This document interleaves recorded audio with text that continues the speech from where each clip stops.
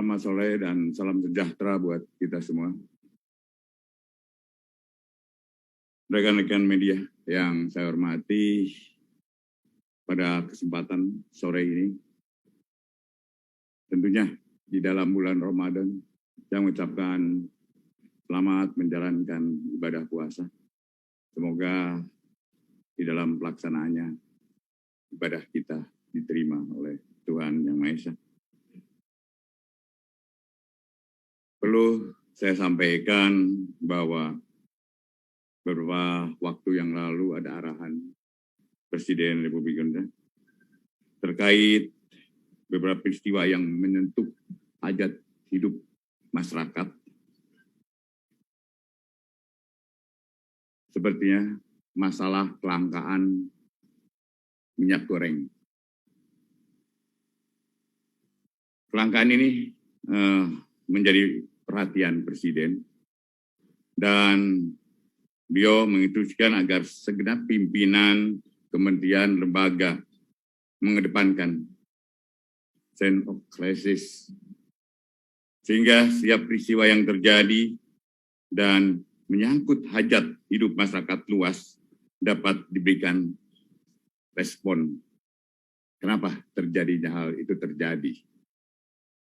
Dan khususnya tentang kelangkaan minyak goreng. Kelangkaan minyak goreng ini sangat ironis sekali, karena Indonesia adalah produser CPO terbesar di dunia.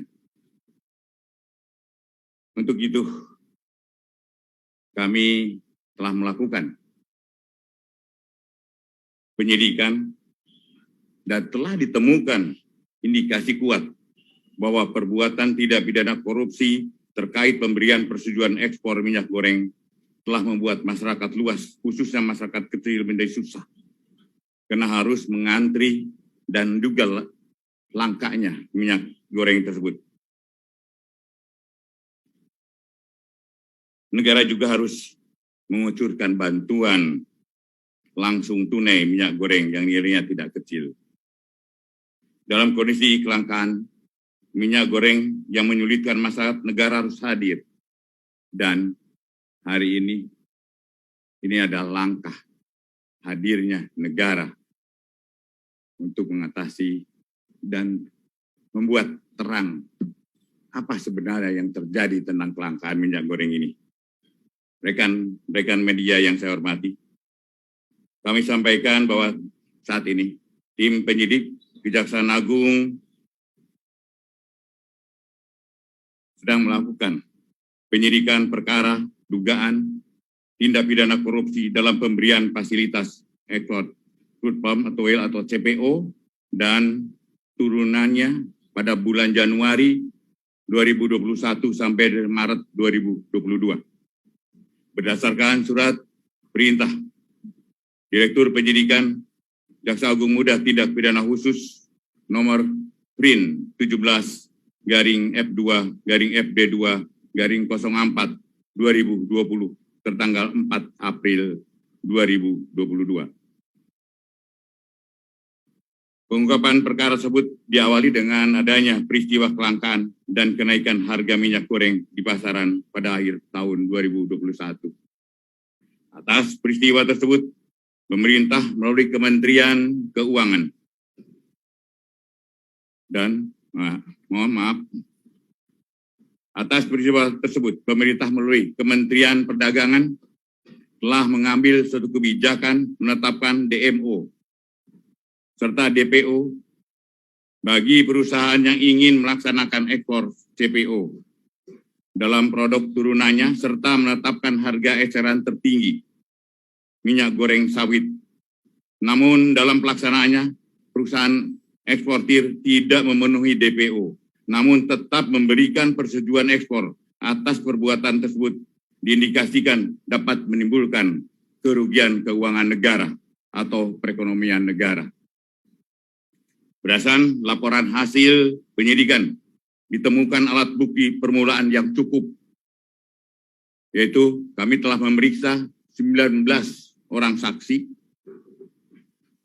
596 dokumen, dan surat terkait lainnya, serta keterangan ahli.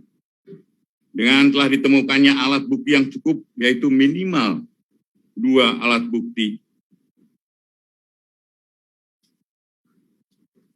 sebagaimana dimaksud di dalam pasal 184 ayat 1 Kitab Undang-Undang Hukum Acara Pidana. Maka pada hari ini, Selasa, tanggal 19 April 2022, jaksa penyidik telah menetapkan tersangka dengan perbuatan melawan hukum. Yang dilakukan tersangka adalah: 1. Adanya permufakatan antara pemohon dengan pemberi izin dalam proses penerbitan persetujuan ekspor. Kedua, dikeluarkannya persetujuan ekspor kepada eksportir yang seharusnya ditolak. Ditolak izinnya karena tidak memenuhi syarat, yaitu telah mendistribusikan CPO atau RBD palm oil tidak sesuai dengan harga persejualan dalam negeri atau DPO. Tidak mendistribusikan CPO dan RBD ke dalam negeri sebagaimana kewajiban di dalam DMO, yaitu 20% dari total ekspor. Tersangka ditetapkan 4 orang. Yang pertama, pejabat eselon 1 pada Kementerian Perdagangan bernama IWW, Direktur Jenderal Perdagangan Luar Negeri, Kementerian Perdagangan. Dengan perbuatan tersangka telah menerbitkan secara melawan hukum persetujuan ekspor terkait komoditi crude palm oil atau CPO dan produk turunannya kepada Permata Hijau Group, Wilmar Nabati Indonesia, PT Multimas Nabati Asahan, dan PT Musim Mas. Sementara itu, tersangka lainnya yaitu SMA, Senior Manager Corporate Affairs Permata Hijau. 2. Tersangka MPT, Komisaris PT Wilmar Nabati Indonesia. 3. Tersangka PT, General Manager Bagian General Affairs PT Musimas. 3 tersangka telah berkomunikasi secara intens dengan tersangka IWW, sehingga Permata Hijau Group, PT Wilmar Nabati, PT Multimas Nabati Asahan, PT Musimas untuk mendapatkan persetujuan ekspor.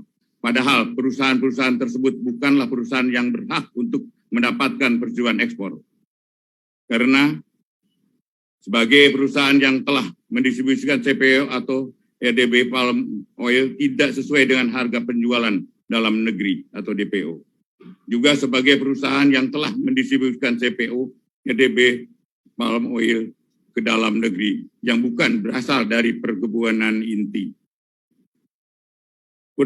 Perbuatan tersebut telah melanggar pasal 54 ayat 1 huruf A dan ayat 2 huruf ABC, ABE maksud saya, dan F Undang-Undang Nomor 7 tahun 2014 tentang perdagangan, Keputusan Menteri Perdagangan Nomor 129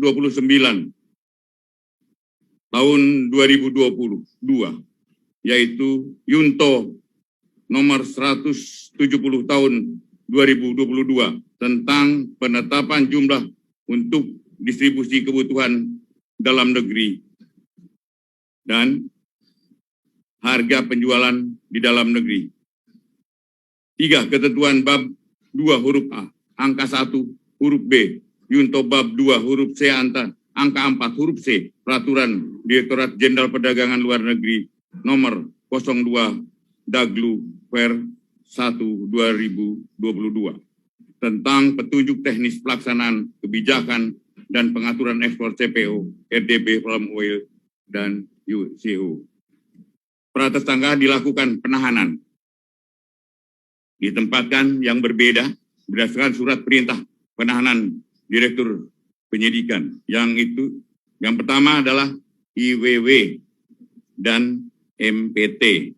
Masing-masing ditahan di Rutan Salemba, Cabang Kejaksaan Agung selama 20 hari. Terhitung mulai tanggal hari ini, 19 April 2022, sampai dengan tanggal 8 Mei 2020.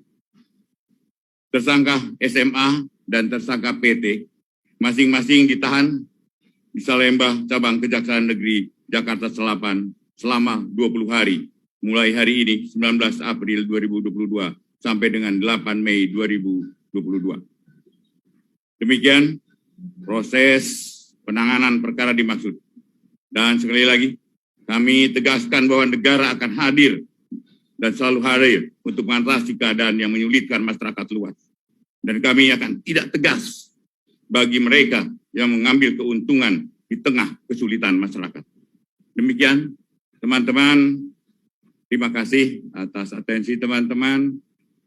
Wassalamualaikum warahmatullahi wabarakatuh. Salam sejahtera buat kita semua.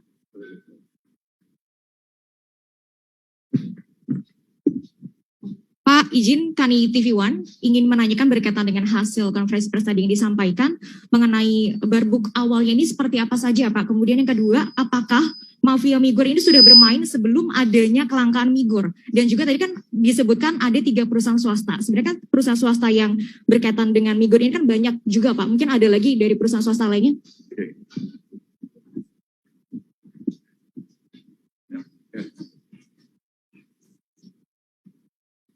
Terima kasih. Jadi perlu dijelaskan bahwa ini terjadi kelangkaan minyak goreng tersebut. Ini kita teliti ya. Teliti dari beberapa kebijakan yang telah dikeluarkan oleh pemerintah. Seperti yang Pak Jaksa Agung sampaikan, apabila ada kebijakan-kebijakan pemerintah yang dianggap strategis dan menyangkut ke masyarakat luas, ini pasti akan kita lihat bagaimana penerapan di lapangan, ya, termasuk kebijakan DMO. Ya. Jadi kita telah melakukan penyelidikan dan kita tingkatkan penyidikan, kita temukan alat bukti, sehingga ada beberapa perusahaan yang kita lihat melakukan ekspor dengan cara melawan hukum, dan kita temukan ada alat bukti bahwa ada kerjasama yang dilakukan oleh salah satu pejabat negara di Kementerian Perdagangan. Ya, saya rasa itu ya. Terus Mbak, kalau tadi bicara tentang kenapa cuma ini aja, kalau semua pun Mbak, kami tidak akan membedakan. Kalau cukup bukti, ada informasi dan ada fakta, kami akan lakukan. Ya. Izin Pak. Izin Pak, saya ingin bertanya, bagaimana apabila yang terlibat dalam penanganan perkara ini sampai ke level menteri? Apakah Kejaksaan akan tetap berkomitmen untuk menyelesaikan perkara tersebut? Mbak, bagi kami, siapapun, menteri pun, kalau cukup bukti, ada fakta, kami akan lakukan itu.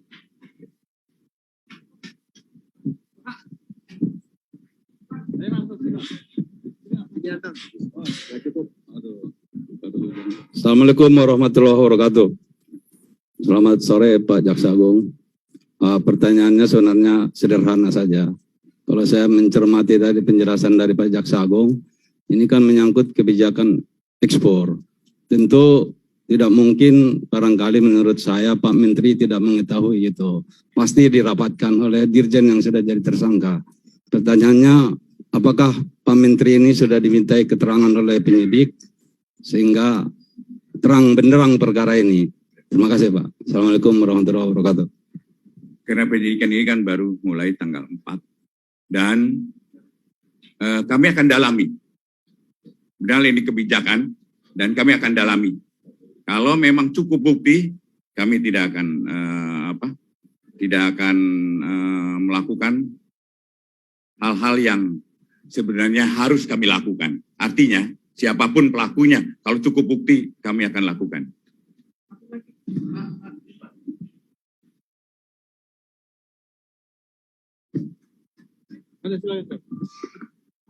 Oke, Pak.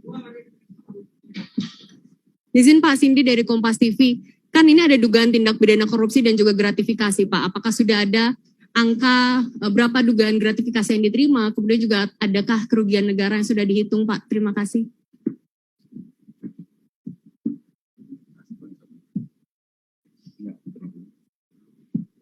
Ini Mbak, untuk perhitungan ya kerugian negara kita sedang dilaksanakan. Ya, kemudian kalau itu ada gratifikasi pasti akan dalami. Ya.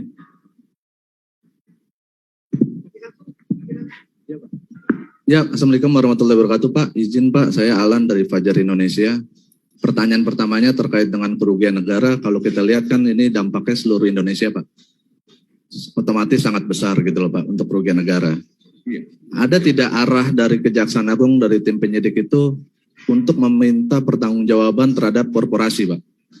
Untuk mengantisipasi jika para terdakwa nantinya tidak bisa mengembalikan kerugian negara. Kan ini sudah pernah dilakukan ketika kasus Indosat gitu Pak. Ya, terima kasih Pak. Baik, yang pertama kita akan mengarahkannya adalah ke perekonomian negara.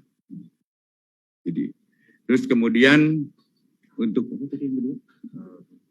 korporasi sangat mungkin itu, sangat mungkin untuk korporasi. Dan kami sudah perintahkan pada Jampisus, pada Dirdik untuk lakukan itu.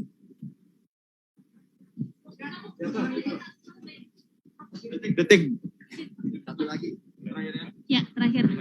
Satu lagi. Pak Jaksa izin, saya Firda dari Detikcom, izin bertanya, para tersangka ini kan dijerat pasal apa saja, karena disebutnya kan korupsi tapi pasalnya undang-undang perdagangan. Nah ini bagaimana, izin, terima kasih.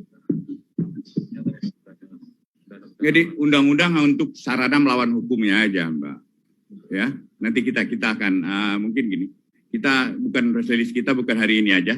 Kami akan segera dalami ini dan saya juga akan minta pada Dirdik, pada Jampisus waktu harus segera. Kita mungkin tidak hal-hal yang biasa. Saya akan lakukan penanganan ini yang luar biasa karena memerlukan kecepatan. Makanya hari ini kita tetapkan tersangka, hari ini kita tahan. Artinya kita memang sangat memerlukan kecepatan.